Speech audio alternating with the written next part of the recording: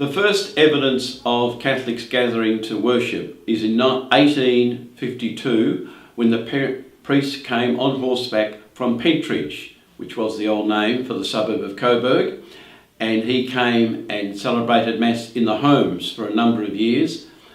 In 1864, the priest was then looked after from Keilor, and he came and they began building a church under the guidance of the architect William Wardell, who originally came from England, and William Wardell was here looking after building this church between 1864 and 1874, when he left to build St Patrick's Cathedral in Melbourne and of course Government House in Melbourne.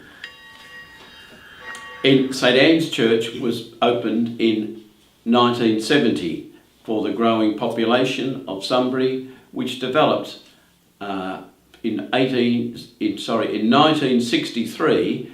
There are only 800 people in the town.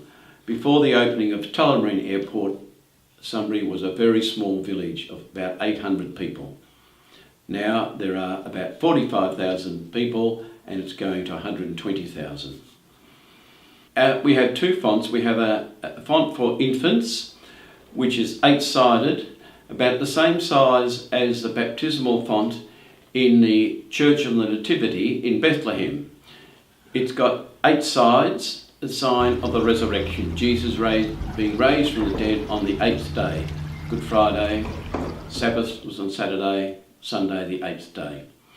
It's reticulated, pumped around, and the flowing water resembles the abundance of God's goodness. There's no end to God's goodness to us.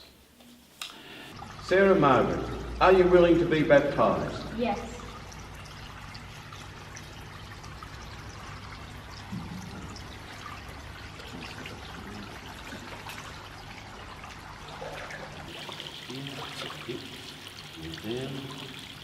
Sarah Margaret, if you're not baptised, I baptise you in the name of the Father, and of the Son, and of the Holy Spirit.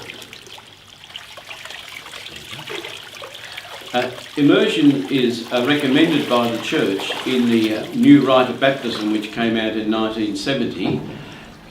We have a walk-in font, and it's very similar to a font in the Church of St John in Ephesus from about the 4th century. And also our friends at the Anglican Cathedral here in St Paul's, they have a walk-in font which is about 7 steps down, and they use that regularly. Our tapestries were made by Judy in Chicago, USA, at the recommendation of our liturgical architect Randall Lindstrom. They represent the Paschal Mystery. On this side is the death of Christ around the cross, the dark colours. Next to the cross is the seasonal banner, the celebratory white. It moves across through the stained glass representing the Holy Spirit to the resurrection, rising up to new and eternal life in the bright colours.